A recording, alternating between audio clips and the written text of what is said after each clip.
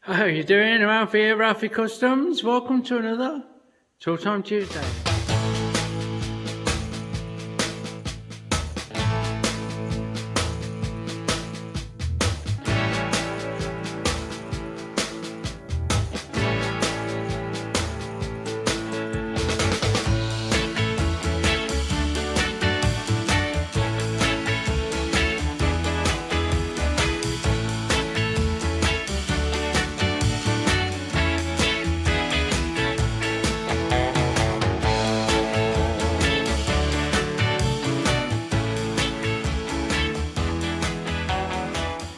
Something a little different for me today. We are looking at lathe tooling. Yeah, not a toolbox, not a drawer, lathe tooling. So this is what I use on my big lathe, I call it. Now, if you're a serious engineer, this is a baby, but to me, that Atlas is a baby. So this is my big lathe, Harrison 140, metric. Made sometime in the late 1970s, maybe the 80s, not too sure, not too fussed. Anyway, the world is full of tungsten carbide bits, and we've got quite a selection here. There's this one and this one actually share the same insert. One's coated and one's not, but other than that, they're identical. And they perform two different jobs. This one's a general cut, so that'll cut and it'll face and it'll turn it down to the size you want. This one will take rough cuts and also give you a chamfer. Yeah, so use a chamfering tool, rough cut, chamfering, pretty much everything else. These two, the next two along, are the same operation wise, different inserts, but this one is your facing, cutting, general, fucking about. This one, chamfer. Yeah, this is a parting off tool, so it's like a knife, yeah, that slices through. This is a general purpose non-carbide insert. It's old fashioned, yeah, general purpose tool steel this is. And it's, let's bring it over here, look. It's got a tool poking out each end, look, one there, one there, so I can use it this way for general lathe work, or I can turn it this way for working across the end of pieces for facing and whatnot, which the insert tooling does just the same. Another insert one, but this one's a left hand, so you see this one goes to the left, but we're actually cutting on the right hand side, if that makes sense. Not really, that's called a right hand bit and that's called a left hand bit, just to confuse things.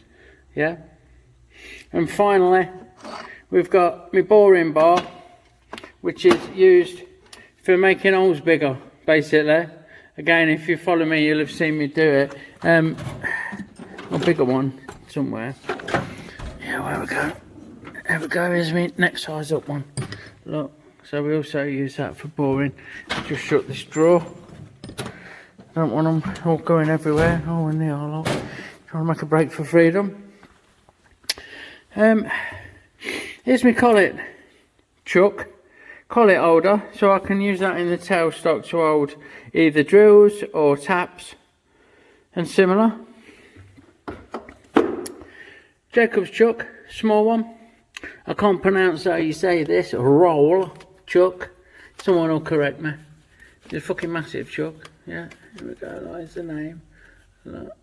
Yeah. Rom chuck. Live center, which goes in the tailstock, so when we're spinning a bar and we want to support the end, that'll go in there and that'll turn with the work so it don't wear out.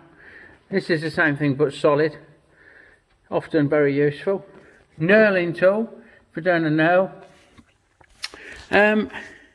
And last but never least is this little bearing that I use to push against the job, and it trues it up in the chuck for me if I need to. So that's a quick scoot across the tooling. Other than that, we've got Morse taper sleeves for fitting different size drill bits into the tailstock. Yeah, into there directly with no chuck. So they just slide straight in and lock in place. And there's me Morse taper drills. Here's me stones. My natural stones and some diamond stones for when I'm grinding tools and sharpening drill bits and doing things on the grinder that's next to the lathe. And lastly, we've got me big fuck off drill bits.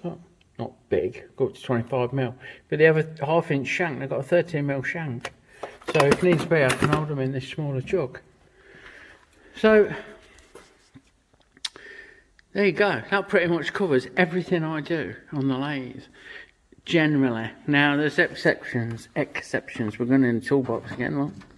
Look, there are exceptions. I've got some hand ground thread cutting tools, 60 degree.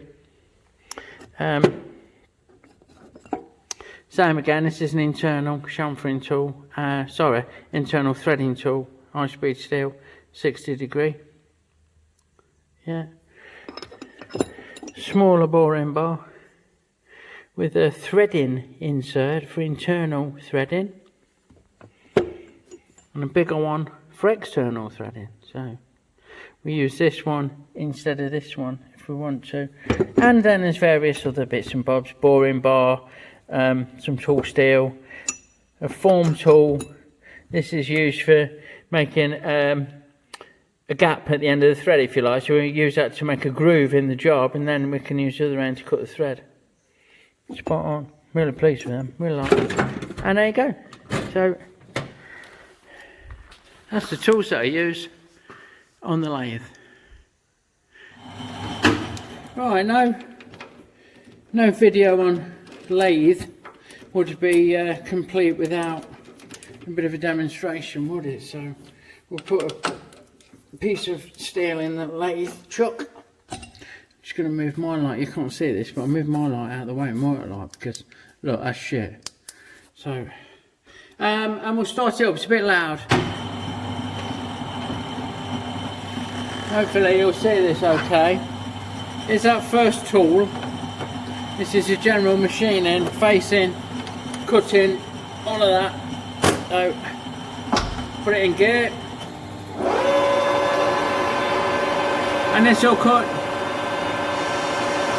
across the face. Look,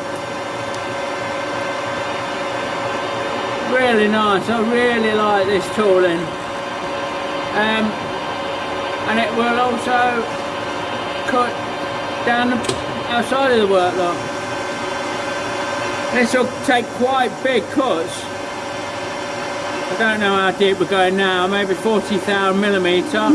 That's maybe 100,000, 2.5 millimetres, no problem at all. So that works really well. It's one of my favourite bits of kit. I'll switch out to the other one that does the same. Now this is a lot bigger. The tool itself is a lot bigger, but it does exactly the same work. I just find it's not as good for when you're making smaller things, for finer work, you know, because the tool's bigger. But it certainly rips through this without any problem at all. I'll do an end cut. Let's get that swarf off. But face up, and it will most certainly do the cut down here as deep as you want to go, you know. Again, that's about 40,000, about a millimetre, and when it reaches the other end, it's certainly going to plough into that without any problem at all. There you go, look at that, beautiful, absolutely beautiful.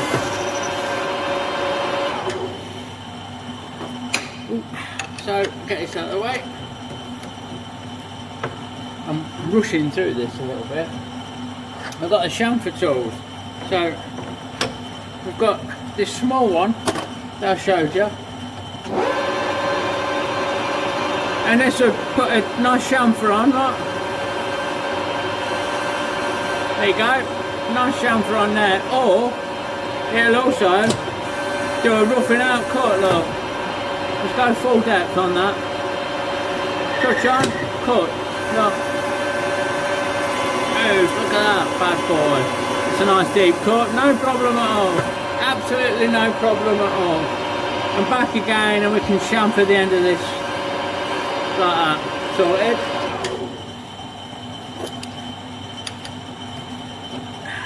So, same with this tool. It's just be more of the same if I show you that, but does exactly the same job, look. Chamfer on, beautiful. Nice deep cut. Oh, that's not that deep actually. Nice really deep cut. Yeah, why not? You know, these tools just do it. Absolutely wonderful. I think we'll show the old school ground by hand tool steel version. Show you how that performs. Again, I mean, this will put a chamfer on. No problem, look. Put an edge on. And it'll also take a nice cut and give a lovely finish. I've got quite a radius on these purposely to give us a beautiful smooth finish. I suppose that just leaves the parting tool really, apart from the boring, but that might not be that interesting. No, thank you. So we'll chop this off, eh?